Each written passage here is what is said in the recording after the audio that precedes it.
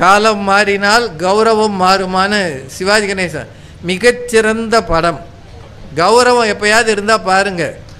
இன்றைக்கி பார்க்குற படங்களெல்லாம் பார்த்தா வைத்தறிச்சலாக இருக்குது. ஏதோ எல்லாருக்கும் மத்தியிலையும் தேசப்பற்றையும் இராணுவத்துக்கு மரியாதையும் தருவதற்கு அமரன்னு ஒரு நல்ல படம் வந்திருக்கு. எத்தனை பேர் பார்த்தீங்கன்னு தெரியல. ஓடிடியில் வரட்டும் பார்த்துக்குவோம். இப்போ எல்லாரும் அவன் கல்யாணத்தையே ஓடிடியில் பார்க்கணும்னு ஆசைப்பட்றான். டேய் நீ போய் பண்ண. ஓடிடின்றது அவ்வளவு வந்துடுச்சு. அந்த படத்தில் ஒரு பாட்டு இருக்கும். 3 அடி மண் கேட்டான் வாமனன் உலகிலே, 3 வைத்ததோ மன்னவன் தலையிலே. அது ரொம்ப அழகாக ஒரு பெரிய புராணத்தை ஒத்த வரியில் ஒருத்தர் எழுத முடியும்னா அது கவியரசர் கண்ணதாசனால் தான் முடியும். பெரிய கதை அது, ஒரு அவதார கதை. 3 அடி மண் கேட்டான். அப்போது அவனே குள்ளன். இவன் 3 அடி மண் எவ்வளவு இருக்க போகுது, நான் சக்கரவர்த்தி என்று மகாபலி கொடுக்குறேன்னு வாக்கு கொடுத்துட்டான்.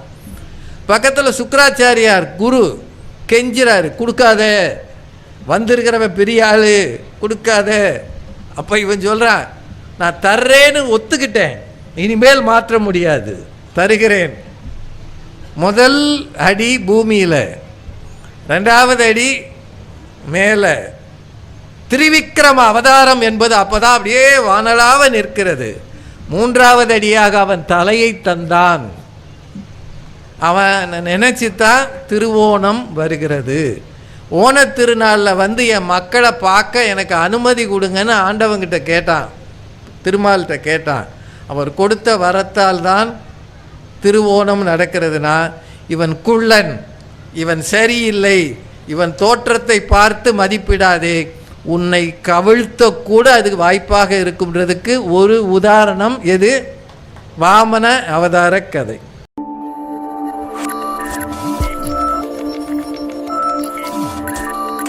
மிக சாதாரணமாக நினைத்த ஒரு வெள்ளை இனம் என்ன ஆனது?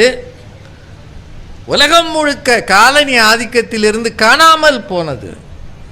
அதற்கு அடித்தளம் வைத்தவர் அன்றைக்கு ரயிலில் இருந்து இறக்கிவிடப்பட்ட ஒரு சாமானிய மனிதர். உங்களுக்கெல்லாம் உப்பு தெரியுமா? பிபி வந்தவங்களுக்கு நல்லாவே தெரியும். டாக்டர் முதல்ல என்ன சொல்கிறாரு? உப்பே போடாத, ஊறுகாயை கண்டா ஓடி போயிரு, அப்பளத்தை கனவுலையும் காணாத. காரணம் உனக்கு என்ன இருக்குது? பிபி இருக்குது. அது உப்பிட்டவரை உள்ளளவும் நினைன்னு வாங்கல்ல. பிபி வந்தவங்களுக்கு மட்டும் அது கிடையாது. ஏன்னா உப்பு போட்டால் தானே நினைக்கிறதுக்கு. சமையலும் நல்லா இருக்காது இல்லை. ஆனால் சாதாரணமாக ஒரு உப்பை வச்சுக்கிட்டு தான் இந்தியாவுக்கு சுதந்திரம் கிடைத்தது. 1930. நான் இதெல்லாம் ஏன் வருஷத்தோடு சொல்கிறேன்னா, சில விஷயங்களை மறந்துட்டோம் நாம். 1930னா ஏறக்குறைய 94 வருஷம் முன்னாடி. அப்போல்லாம் உப்புக்கு 300% வரி இருக்குமா? 300% உப்புக்கு வரி இந்தியாவில் இருந்திருக்கு. ராய் மேக்சிம் அப்படின்னு ஒரு எழுத்தாளர் உப்பு வேலின்னு ஒரு புத்தகம் எழுதியிருக்கிறாரு. நான் புத்தக கண்காட்சினால சொல்கிறேன், இங்கேயாவது வாய்ப்பு கிடைச்சா வாங்கி பாருங்க. சிரில் அலெக்ஸுங்கிற ஒருத்தர் அதுக்கு தமிழாக்கம் பண்ணியிருக்கிறார். ரொம்ப அருமையான புத்தகம். இந்தியா முழுக்க இப்போ டோல்கேட் இருக்கு பாருங்க. போயிருக்கீங்களா வண்டிகளில்? நம்ம காசை நமக்கு தெரியாமலே பறிக்கிறதுக்கு ஒரு கோஷ்டி இருக்குன்னா, உலக மகாவ அயோக்கியத்தனம் எதுனா இந்த டோல்கேட் தான். ரோடு சரியில்லை, வாங்குகிற காசு மட்டும் 100-200ன்னு அள்ளிடுறாங்க. எங்கே போகுதுன்னே தெரியல.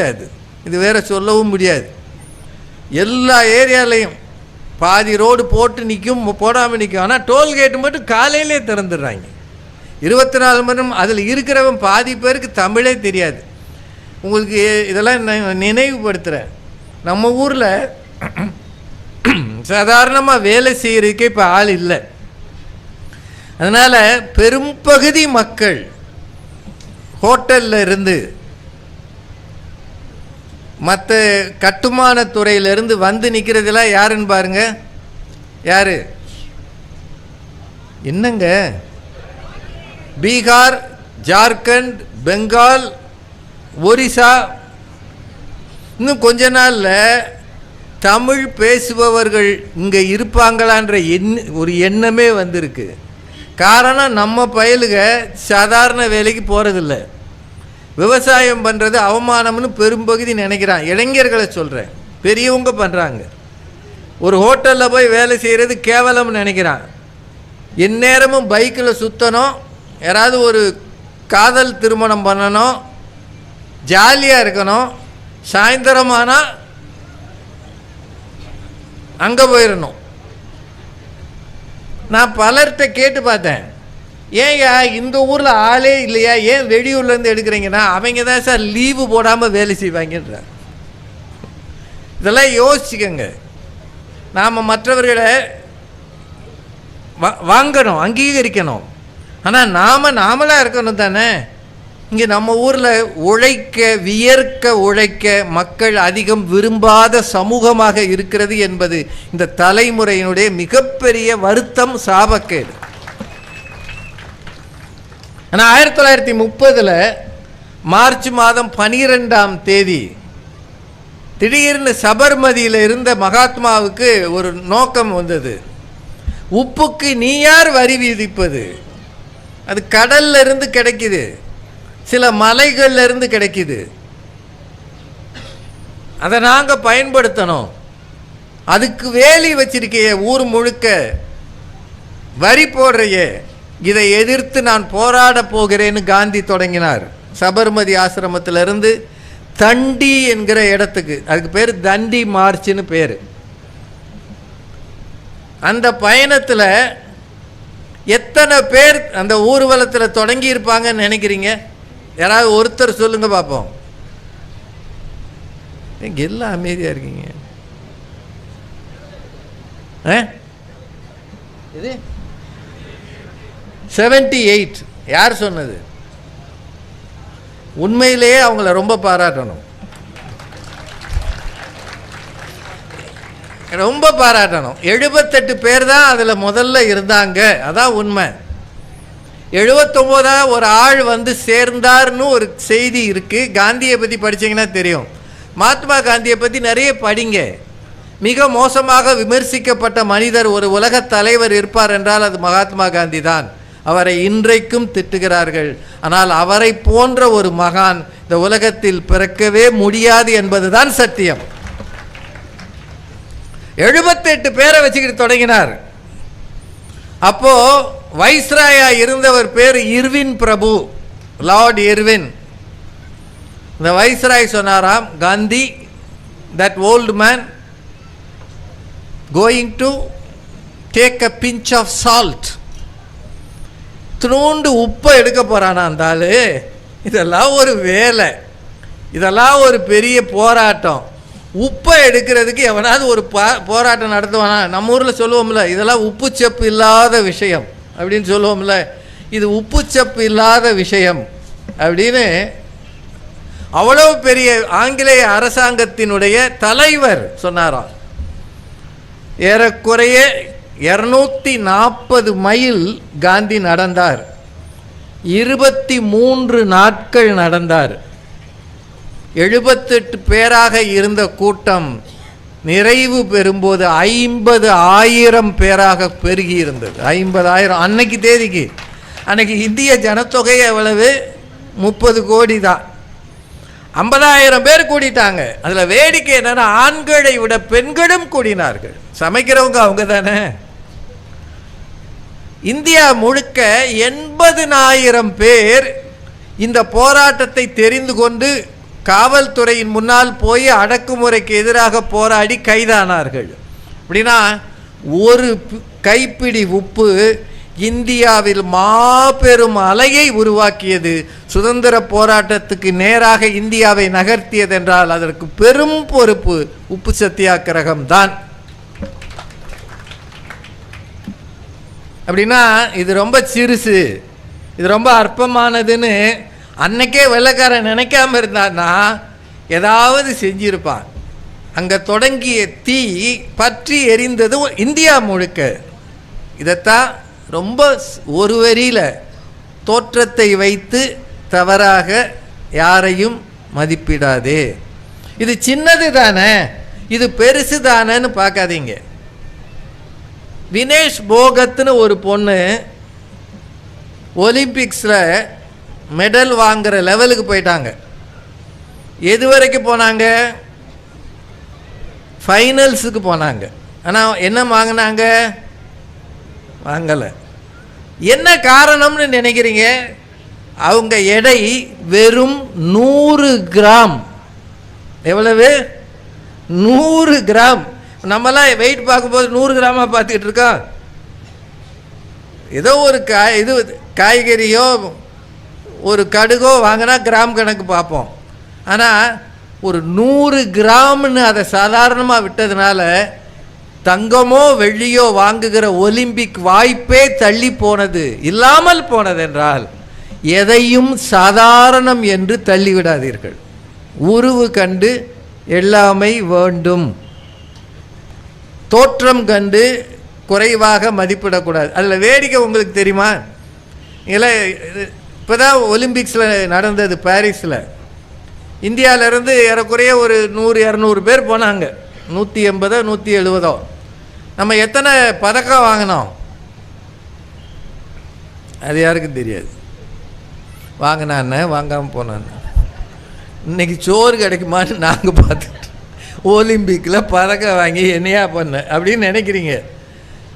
நம்ம நல்ல உடல் திறன் மிக்க ஆண்களும் பெண்களும், கைகால் சரியாக இருக்கக்கூடிய ஆண்களும் பெண்களும் போய் வாங்கியது ஏறக்குறைய 117 பேர் போனாங்க. அவங்க வாங்கின மெடல் எத்தனை?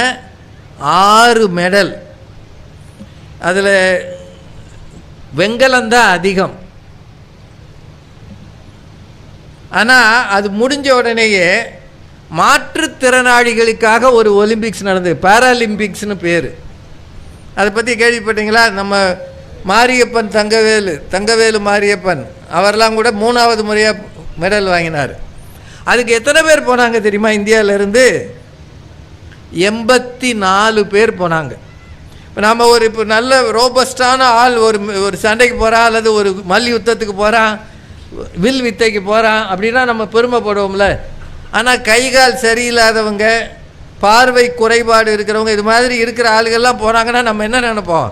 இவங்கெல்லாம் போய் அப்படி தானே நினைப்போம். நான் 84 பேர் போய் இந்தியாவுக்காக வாங்கிய பதக்கம் 29. எத்தனை? 29. அதில் தங்கம் 7. மற்றவங்க கூட தங்கம் வாங்கலை. வெள்ளி 9, வெண்கலம் 13. அப்படின்னா இவர் மாற்றுத்திறனாளி தானே, இவரால் என்ன முடியும் என்று பார்க்காதீர்கள், தோற்றத்தை பார்த்து மதிப்பிடாதீர்கள். எனக்கு தெரிய மாற்றுத்திறனாளிகள், பார்வை திறன் இல்லாத பல பேர் மிக உயர்ந்த படிப்பு, முனைவர் பட்டம் வாங்கி பேராசிரியர்களாக இருக்கிறார். யாரையும் வெற்று காகிதம் என்று எண்ணி விடாதீர்கள். வெற்று காகிதம் ஒரு நாள் பட்டமாக பறக்க வாய்ப்பு இருக்கிறது. அப்போது நீங்கள் அண்ணாந்துதான் பார்க்க வேண்டும். எள்ளற்க என்றும் எளியர் என்று அப்படின்னு ஒரு 4 மணிக்கடிகை பாட்டு இருக்கு. பாட்டெல்லாம் நீளமாக சொன்னேன்னா முடிஞ்சிடும் நேரம். நான் 1-2 செய்திகள் சொல்லி நான் நிறைவு செய்கிறேன். உங்கள் எல்லாருக்கும் திருவோணத்தை பற்றி தெரியும். ஓணம் பண்டிகை தெரியுமா? பக்கத்தில் கேரளா இருக்குது. அந்த கதை தெரியுமில்ல? மகாபலி சக்கரவர்த்தி என்ற பெரிய அரசன் இருந்தான். அவன் அசுர மன்னன் சக்கரவர்த்தி. யாகம் நடத்தினான். அவன் அந்த உலகத்தில் தேவர்களை இம்சை பண்ணிக்கிட்டு இருந்தான். ஆனால் நல்லவன். அந்த ஊரை பொறுத்தளவு அவன் பெரிய ஆள், அசுரர்களுக்கு தலைவன். அவனை பார்க்க திருமால் அவதாரம் எடுத்து வருகிறார். எப்படி வர்றாரு? வாமனனா வர்றாரு. வாமனன்னா துவார்ஃப்னு சொல்லுவாங்கல்ல, இந்த ஃபேரி டேல்ஸ்லாம் வரும். குள்ளன்லேயும் குள்ளன், டுவார்ஃப்னு ஆங்கிலத்தில் சொல்லுவாங்க. வாமனன் வந்து நிற்கிறார். கௌரவம் படத்தில் அந்த பாட்டு வரும், நீயும் நானுமா கண்ணா நீயும் நானுமா, காலம் மாறினால் கௌரவம் மாறுமான்னு சிவாஜி கணேசன். மிகச்சிறந்த படம். கௌரவம் எப்போயாவது இருந்தால் பாருங்கள். இன்றைக்கி பார்க்குற படங்களெல்லாம் பார்த்தா வைத்தறிச்சலாக இருக்குது. ஏதோ எல்லாருக்கும் மத்தியிலையும் தேசப்பற்றையும் இராணுவத்துக்கு மரியாதையும் தருவதற்கு அமரன்னு ஒரு நல்ல படம் வந்திருக்கு. எத்தனை பேர் பார்த்தீங்கன்னு தெரியல. ஓடிடியில் வரட்டும் பார்த்துக்குவோம். இப்போ எல்லாரும் அவன் கல்யாணத்தையே ஓடிடியில் பார்க்கணும்னு ஆசைப்பட்றான். டேய் நீ போய் பண்ண, ஓடிடின்றது அவ்வளோ வந்துடுச்சு. அந்த படத்தில் ஒரு பாட்டு இருக்கும், 3 அடி மண் கேட்டான் வாமனன் உலகிலே, 3 வைத்ததோ மன்னவன் தலையிலே. அது ரொம்ப அழகாக ஒரு பெரிய புராணத்தை ஒத்த வரியில் ஒருத்தர் எழுத முடியும்னா அது கவியரசர் கண்ணதாசனால் தான் முடியும். பெரிய கதை அது, ஒரு அவதார கதை. 3 அடி மண் கேட்டான். அப்போது அவனே குள்ளன், இவன் 3 அடி மண் எவ்வளவு இருக்க போகுது, நான் சக்கரவர்த்தி என்று மகாபலி கொடுக்குறேன்னு வாக்கு கொடுத்துட்டான். பக்கத்தில் சுக்கராச்சாரியார் குரு கெஞ்சிறாரு, கொடுக்காத, வந்திருக்கிறவன் பெரிய ஆள், கொடுக்காத. அப்போ இவன் சொல்கிறான், நான் தர்றேன்னு ஒத்துக்கிட்டேன், இனிமேல் மாற்ற முடியாது, தருகிறேன். முதல் அடி பூமியில், 2வது அடி மேலே. திரிவிக்ரம அவதாரம் என்பது அப்போதான் அப்படியே வானலாக நிற்கிறது. 3வது அடியாக அவன் தலையை தந்தான். அவன் நினைச்சுத்தான் திருவோணம் வருகிறது. ஓணத்திருநாளில் வந்து என் மக்களை பார்க்க எனக்கு அனுமதி கொடுங்கன்னு ஆண்டவங்கிட்ட கேட்டான், திருமால்கிட்ட கேட்டான். அவர் கொடுத்த வரத்தால் தான் திருவோணம் நடக்கிறதுனா, இவன் குள்ளன், இவன் சரியில்லை, இவன் தோற்றத்தை பார்த்து மதிப்பிடாதே, உன்னை கவிழ்த்த கூட அதுக்கு வாய்ப்பாக இருக்கும்ன்றதுக்கு ஒரு உதாரணம் எது? வாமன அவதார கதை. கல்லா தவறும் நனிநல்லர் கற்றார்முன் சொல்லா திருக்க பெரின் முயூவ விளக்க உரை. கற்றவரின் முன்னிலையில் ஒன்றையும் சொல்லாமல் அமைதியாக இருக்கப் பெற்றால் கல்லாதவர்களும் மிகவும் நல்லவரே ஆவார். சாலமன் பாப்பையா விளக்க உரை. கற்றவர் அவையில் பேசாதிருந்தால் படிக்காதவரும் மிக நல்லவரே.